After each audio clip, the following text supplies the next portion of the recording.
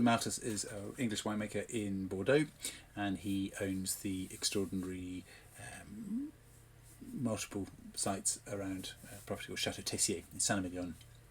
Also, he has got Le Dôme, which is a wine, not a chateau yet. It will become a chateau, and that'll be Saint-Emilion Grand Cru Classé A, probably. It's off the charts good. Vieux Chateau Mazerat is one of the other properties he has, and it's unified as a separate property now. Since 2008, they brought it together. He brought it together. He's an extraordinary successful winemaker. He kind of post Parker and pre-Parkerization, if that makes sense, if you know what I mean. So Robert Parker's preference for really rich, concentrated, full-bodied, very dark Bordeaux wines has meant that some chateaux can change the way they used to make wine, so that they can make, so that he gives them higher points and they sell more stuff.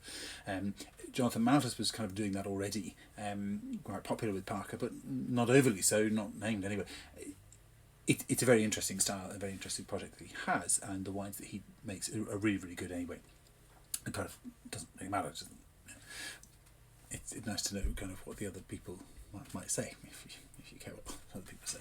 So what you get in this particular vintage, 11 was a funny one. 2009 was sensationally good. 2010 was also unbelievably good, but with firmer, more strident acid to make it wines age for longer, typically.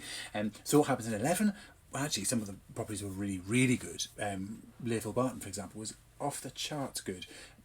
Cheval Blanc, one of the best vintages it's ever had as well. Vieux Chateau Mazerat, was absolutely sensational there. Parker described it as having as a skyscraper mouthfeel, which is brilliant. And that was when he tried it back in 2012 at the Entrepreneur tasting of that vintage. So what here we are a long time later, and this stuff is still absolutely sensational. He said at the time, give it 5 to 6 years of cellaring, and then drink it over the next 25. Well, is that added on to the 5 years? Well, okay, so it's 11 years. Got it 25, 30 years. So that would be 2041. No way, I'm drinking this now. Because that's what it's for. But also, here at this kind of much more mature level, you're going to get all that secondary, probably tertiary, beginning of the tertiary flavours in abundance. And that's really, really exciting. The alcohol was 14%, which 2011, it doesn't really matter. It just is. Only 2009 there were San Estef properties that were 14.8% for Callum. I think Count Sigur was 14.8, some crazy stuff. So already even by 11, alcohol levels were creeping up across the board.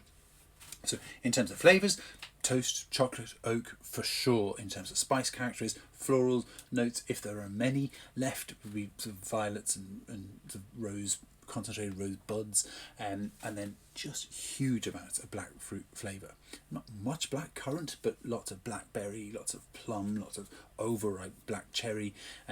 It's sensational stuff, and really, yes, it scored very high, but that was back at the time. It doesn't really matter. It was made in such a way that it will live for 2 to 3 decades, not a bother, and should be ready to have been drunk some 5 years ago as well. So that's what you've got, and I really think it's going to be hugely enjoyed, and that's what wine is for. Vieux Chateau Mazerat of Jonathan Malthus, and very glad to have it actually, because really aged Bordeaux doesn't cross our palms very often, so when it does, it's worth getting excited about, and I hope that you'll join me in that excitement.